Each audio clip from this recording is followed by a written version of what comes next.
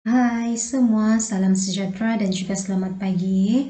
Oke, jadi untuk hari ini kita beralih kepada bab yang baru. Oke, berkaitan dengan bab 6, kesan pentadbiran barat terhadap kegiatan sosial dan juga ekonomi di negara kita. Dalam bab ini, kamu akan belajar bagaimana pengaruh British telah membawa perubahan sosioekonomi di negara kita melalui pengenalan ekonomi moden. Oke, dan sebelum ini kamu sudah belajar bagaimana British dia cuba merubah ataupun mengubah sistem pentadbiran, oke, sistem ekonomi yang ada di negara kita. Oke, jadi dalam bab ini ada beberapa subtajuk. Oke, ada 4 subtajuk ataupun subtopik di dalam bab ini. Dan untuk hari ini kita hanya akan belajar berkaitan dengan pengenalan ekonomi moden oleh kuasa barat di negara kita. Jadi apa itu ekonomi moden? Apa yang dimaksudkan dengan ekonomi moden? Kita akan belajar untuk hari ini. Oke? British telah memperkenalkan sistem ekonomi moden yang lebih mementingkan keuntungan dan juga pengumpulan harta. Oke? Jadi kalau soalan tanya, mengapa British memperkenalkan sistem ekonomi moden ini? Ada dua. Oke, untuk mendapat keuntungan dan juga untuk pengumpulan harta. Oke, di mana memberi kepentingan kepada mereka, itu yang mereka laksanakan. Oke, jadi antara ciri-ciri ekonomi moden, ada 5 ya. Ada 5 ciri-ciri ekonomi moden. Yang pertama, modal yang besar. Oke, modal yang besar. Yang kedua, teknologi yang moden. Yang ketiga, tenaga buruh yang ramai. Yang keempat, pengeluaran berskala besar. Dan yang kelima, tanah yang luas. Oke, dan kelima-lima ciri ekonomi moden ini kita akan belajar satu-satu nanti. Oke, dan untuk hari ini kita hanya akan belajar berkaitan yang pertama ini sahajalah, yaitu modal yang besar. Oke, modal ini maksudnya duit ya kelas, duit. Jadi apabila ada duit yang banyak, mereka dapat memajukan lagi industri perlombongan dan perladangan untuk tujuan ekspor. Oke, maksudnya modal besar merancakkan lagi ekonomi mereka supaya hasil yang ada itu mereka boleh ekspor, boleh dijual keluar daripada negara inilah. Oke, jadi kita akan tengok satu-satu dulu. Oke, berkaitan dengan modal. Oke, pembangunan ekonomi modern memerlukan pelaburan yang besar untuk mempertingkatkan pengeluaran dalam sektor perlombongan dan pertanian supaya memberikan keuntungan yang lumayan kepada pelabur-pelabur di Eropa.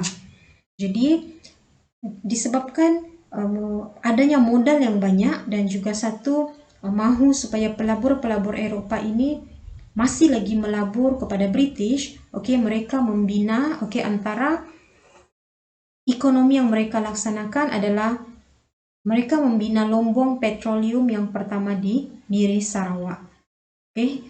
Yang kedua, mereka juga membina lombong arang batu di Tanjung Kubong, Labuan Sabah, dan mereka juga membina lombong emas di Raub Pahang pada tahun 1890-an. Jadi kesemua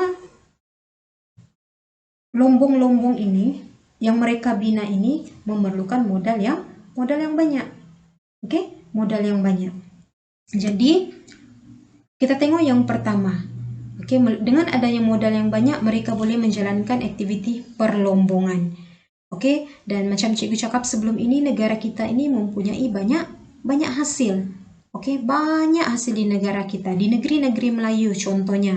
Negeri-negeri Melayu kalau sekarang adalah Semenanjung Malaysia lah, ada kaya dengan emas, kaya dengan arang batu, kaya dengan biji timah.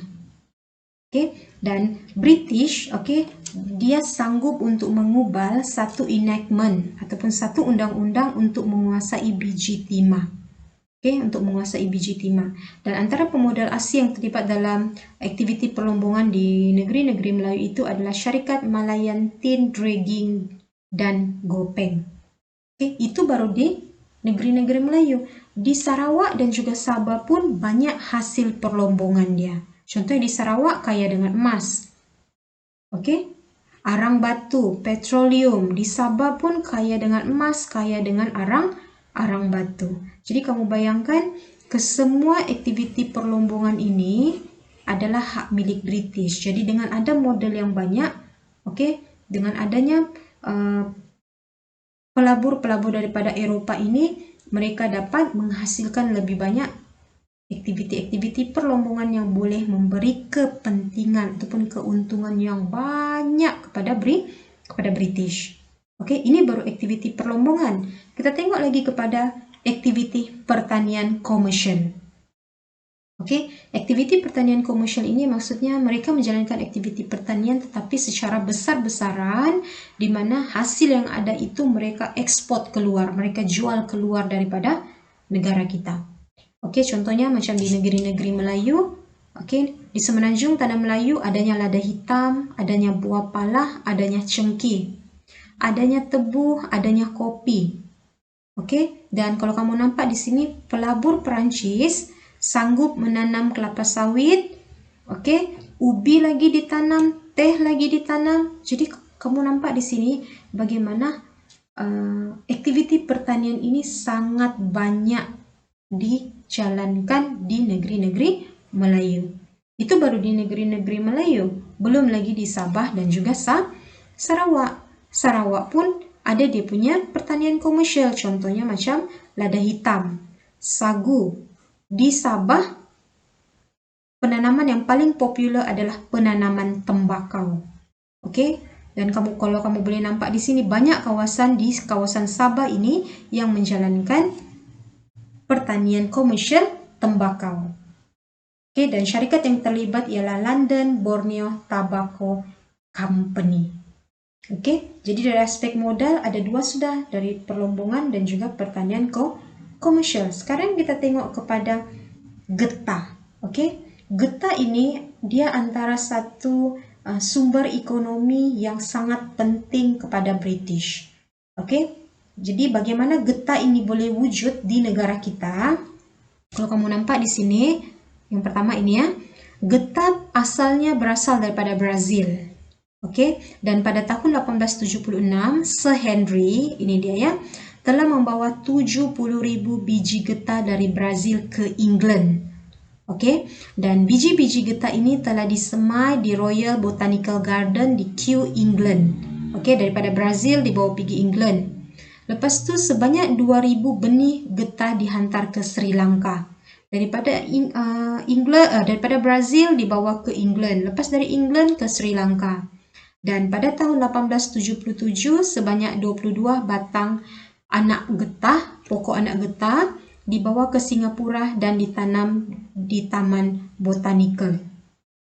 Dan akhirnya bakinya 11 batang anak getah itu dihantar ke Kuala Kangsar, Perak.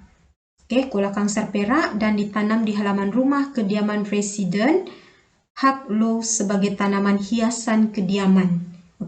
Tetapi akhirnya asalnya dia adalah tanaman hiasan, tetapi lama-lama dia bukan lagi tanaman hiasan, dia menjadi tanaman komersial.